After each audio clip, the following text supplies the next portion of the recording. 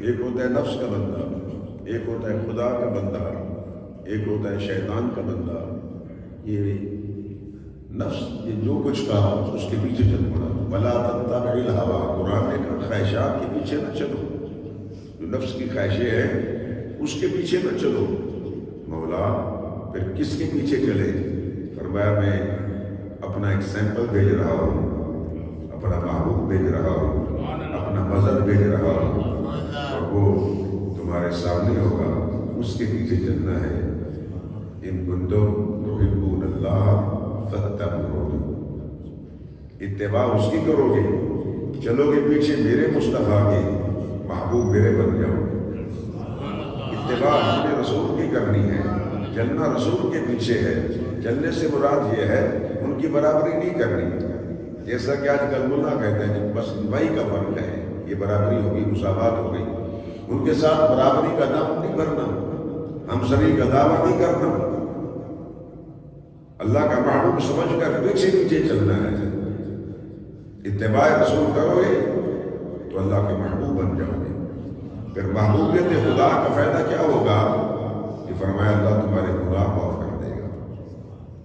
بولو اللہ تمہارے یغفر لکم، کرتا ہے کرے گا، واللہ غفور رحیم، کیونکہ وہ غفور بھی ہے رحیم بھی ہے، وہی بخشنے والا ہے، رحم کرنے والا ہے۔ تو فرمایا وہ تمہارے گناہ بخشے گا۔ رسول کی اتباع کرو گے، رسول کے پیچھے چلو گے تو پھر کامیابی ہو جائے گی۔ آپ اسی رسول کا تعارف قرآن سے میں آپ کو کرنا چاہتا ہوں۔ رب العالمین نے اپنا پہلے تعارف کرایا، میں کون ہوں؟ توجہ ہے؟ میں کون ہوں؟ فرمایا هو الذی، اللہ وہ ہے جس نے محبوب کو پیدا کیا۔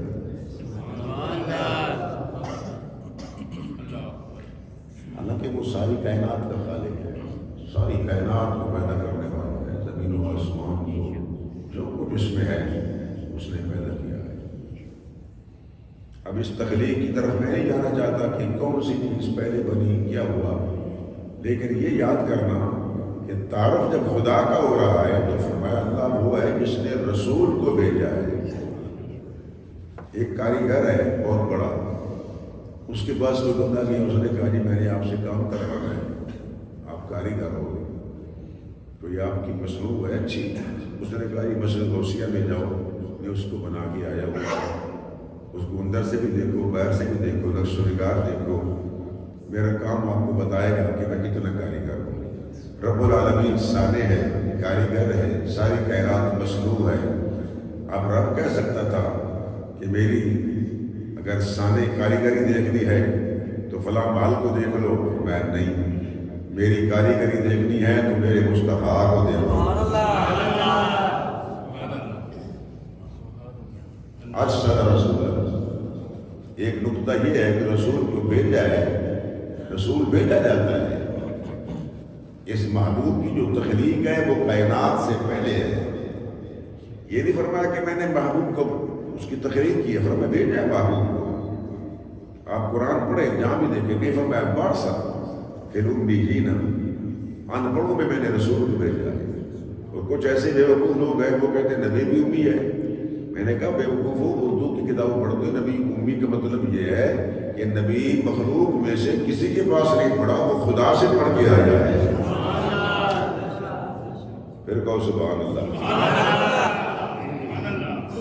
الذین یتبعون الرسول النبی الامی الذی، اللہ نے مصطفیٰ کو بھیجا، فرمایا میری مصنوع دیکھنی ہے، میری کسی چیز کو دیکھنا ہے تو میرے مصطفیٰ ہیں، اور محمد علیہ السلام رسول ہو، یا اللہ کے رسول کو جو بھیجا ہے کیا خالی بھیجا ہے؟ فرمایا نہیں، میں نے محبوب کو ہادی بنا کے بھیجا ہے۔ ایک اختیار یہاں سے مل رہا ہے، قرآن کہہ رہا ہے، میں نہیں کہہ رہا۔ ایک قرآن کہتا ہے محبوب ہادی بن کے آئے ہیں۔ دوستو جو ہادی ہوتا ہے وہ کبھی گمراہ نہیں ہوتا۔ تمہیں اچھا عقیدہ مبارک ہو، تمہارا عقیدہ کتنا خوبصورت عقیدہ ہے کہ اللہ کے نبی ہادی بن کے آئے ہیں، بولو اللہ کے نبی۔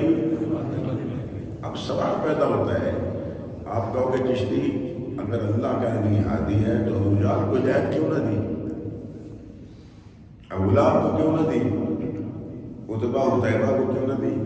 تو الزامی جواب میں یہ بھی دے سکتا ہوں، ناراض نہ ہونا، کیا اللہ سب سے بڑا ہے نبی؟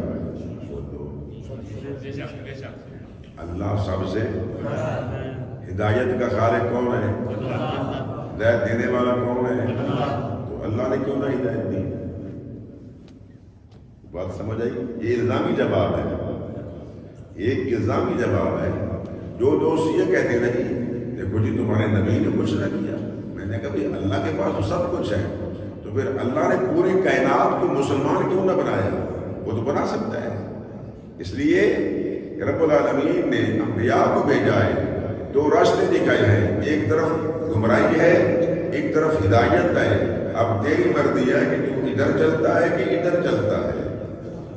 اب جہاں یہ بات ہے ہدایت کی نفی، دیکھو جو قرآن کہہ رہا ہے انک لا تہدی، میں نے کہا قرآن یہ نہیں کہہ رہا، قرآن یہ کہہ رہا ہے کہ محبوب آپ ہدایت کے خالق نہیں ہیں، ہدایت کا خالق تو میں ہوں۔